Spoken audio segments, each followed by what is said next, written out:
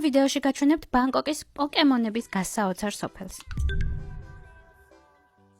როგორც წინა ვიდეოში დაგვირდით, ტაილანდური სამზარეულოს დაგემონების შემდეგ გავეშურე პოკემონების სოფლის აღმოსაჩენად. გზად აი ასეთ საინტერესო ადგილას აღმოჩნდი. მსგავსი რამ მხოლოდ ფილმებში თუ მქონდა ნანახი და რეალურად, როდესაც მისი მონაწილე ხდები, თურმე უფრო შთამბეჭდავი ყოფილა, ვიდრე ერთი შეხედვით ჩანს. ბოლოს, რა თქმა უნდა, მივედი დანიშნულების ადგილას. უზარმაზარი პოკემონების ჯადოსნური სოფელი იმაზე ფერადი, ხმაურიანი და პოკემონური აღმოჩნდა, ვიდრე მოველოდი. აი ამ გიგანტურ პიკაჩუს შეხედეთ. მისი სიმაღლე 15 მეტრია. მისი მეგობრებიც აქ არიან არ გეგონოთ. რატომღაც აზიაში რომ მოდიოდი, იმ ამბავს შეგუებული ვიყავი, რომ საახალწლო განწყობას აქ ვერ ვნახავდი. მაგრამ ბანგკოკი იმაზე მეტად განათებული, სადღესასწაულოდ აპტღრიალებული და საახალწლო განწყობით დამუხტული დამხვდა, ვიდრე ამას თუნდაც რომელიმე ევროპის ქვეყანაში ვნახავდი. აქაურობა განსაკუთრებით პოკემონების ფანებს მოგეწონებოდათ. აბა რამდენს გიყვართ პიკაჩუ? დამენახეთ კომენტარებში. თუ სწორად მახსოვს, 2020-ში ფილმიც გამოვიდა პოკემონი. რამდენს გაქვთ ნანახი, თუ მოგეწონათ, მაინტერესებს ძალიან. აქ გართობას ყველა ასაკის და გემონების ადამიანი შეძლებს.